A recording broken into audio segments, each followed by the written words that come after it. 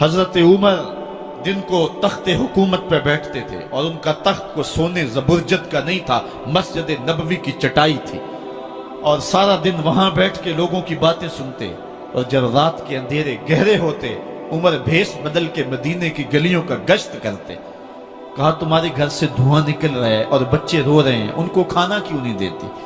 कहने लगी उमर की जान को रो रही। उमर के पांव तले से जमीन निकल गई। कहा क्या हुआ?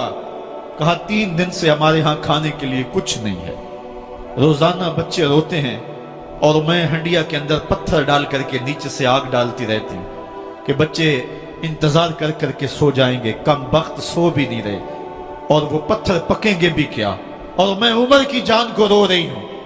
हजरत उमर का कलेजा दहलने लगा। फौरन पलटे वापस बैतुल माल में आए, घी का एक कनस्तर लिया, आटे की बोरी ली, मिर्च मसाला जात बहुत कुछ उठाया, अपने कंधे पे रखा, बोरी अपनी कमर पे ला दी। उमर बैतुल माल से निकले तो आपके खादम असलम ने देख लिया, आगे बढ़ा, कहा मेरे आका मैं उठाता हूं। उमर की आंखों में आंसू है। कहा असलम कयामत के दिन मेरा बोझ उठा लोगे?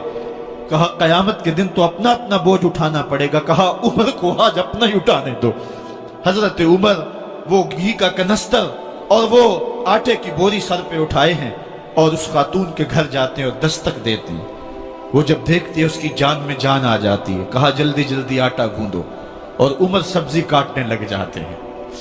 हजरत उमर रज़ी अल्लाह ताला अन्हो सब्जी तैयार कर देते, उधर आटा गूंद जाता है और फिर ऊपर चूल्हा रखा जाता है, चूल्हे के अंदर आग रखी जाती है, वो खाना पकाने लगती है, आग बुझती है। तारीख ने लिखा है आग बुझने लगती है, उमर झुक करके फूंके मारता है, उमर झुक झुक के फूंके मारता है। खाना पक गया और बच्चों के सामने खाना रख दिया, बच्चे खा रहे हैं। अब बच्चे रो रो के निढाल हो चुके थे। हजरत उमर अपने हाथों को और अपने घुटनों को और अपने पांव को जमीन पे लगा के, जिस तरह बकरी का बच्चा चलता है वेड़े के अंदर, कभी इधर चलते हैं कभी इधर चलते हैं, ताकि बच्चे मुझे देख के खुश हों और दिल में कहते उमर जितना रुलाया है अब इतना हंसाना भी पड़ेगा।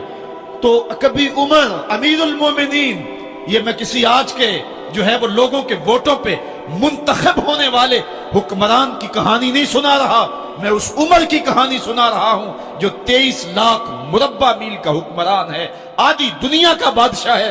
हजरत उमर जो है जिस तरह बकरी का बच्चा चलता है, इस तरह अपने हाथ और अपने घुटने जमीन पे टेक करके जो है वो इस तरह चलते हैं। बच्चे उमर को देख के मुस्कुराते हैं। जब बच्चे मुस्कुराने लगे तो हजरत उमर ने उस खातून से कहा बुढ़िया उमर को माफ कर दे। उसने कहा तू इतनी हमदर्दी क्यों करता है? कहा उमर बेचारा बड़ा फंसा हुआ है, फिक्र है उसको यरमूक को, फुस्तात हुलवान की, जब फतह है मिस्र तो तैयारी है ईरान की, आते जाते वफद से मुलाकात भी करता होगा और शब को मालूम हालात भी करता होगा, कांटों में उलझी हुई बेचारे की जान है, नींद उसको भी आती है, आखिर वो इंसान है, मेरी बहन उमर को माफ कर दे। उसने कहा ना ना उमर की बात मेरे सामने न कर, कयामत का दिन होगा, उमर का गिरेबान होगा और मेरा हाथ होगा। जब उसने ये बात कही तो उमर बर्दाश्त न कर सके, बच्चों की तरह बिलक बिलक कर रोने लगे।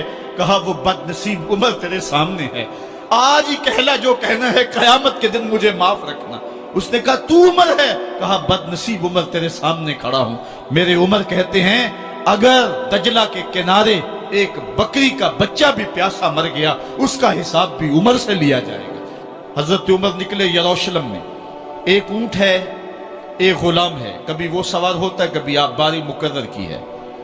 जब करीब पहुंचे यरूशलेम के तो उमर की बारी नकेल पकड़ने की और गुलाम की बारी ऊपर सवार होने की आ गई। गुलाम ने कहा आका मैं मर्जी से अपनी बारी छोड़ता हूं, आप आ जाएं, दुश्मनों के मफतूहा इलाके में आ रहे हैं, ताजा ताजा इलाका फतह हुआ है, इस्लाम की शान शौकत जाहिर हो।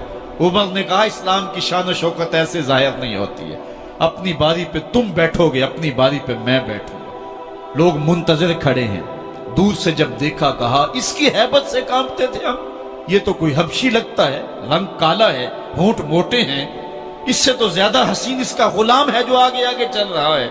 حضرت ابو عبیدہ نے کہا دھوکہ کھا رہے ہو، ہمارا آقا وہ نہیں ہے جو اونٹنی کے اوپر سوار ہے، ہمارا آقا وہ ہے جو لگام تھامے آگے آگے چل رہا ہے۔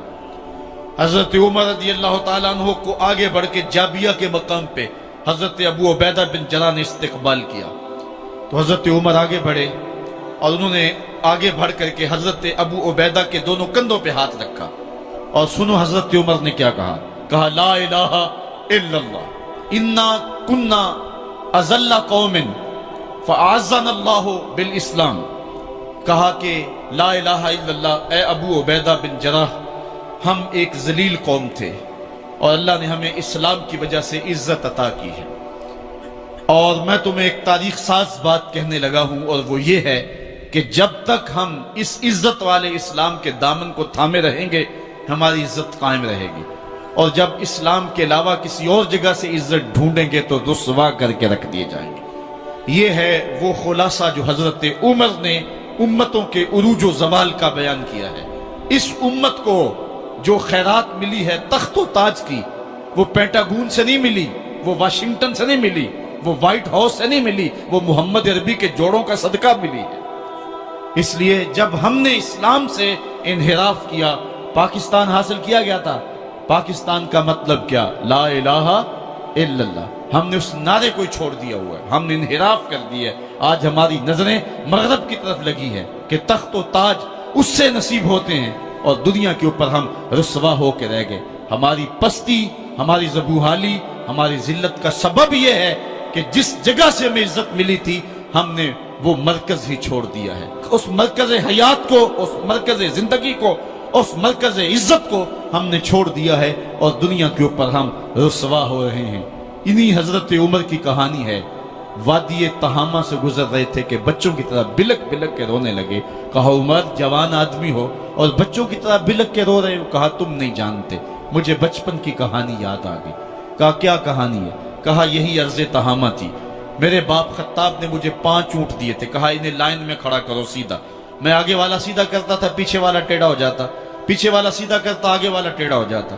میرے باپ خطاب نے مجھے بڑا مارا۔ کہا ایک عرب کے بیٹے ہو کہ تم سے 5 اونٹ لائن میں کھڑے نہیں ہوتے؟ کہا ایک زمانہ عمر پہ وہ تھا کہ اس سے 5 اونٹ لائن میں کھڑے نہیں ہوتے تھے، اور آج شرق سے لے کر غرب تک 23 لاکھ مربع میل کی حکمرانی، اور انسان بھی لائن میں کھڑے ہیں۔ یہ محمد عربی کے جوڑوں کا صدقہ نہیں ہے تو اور کیا ہے؟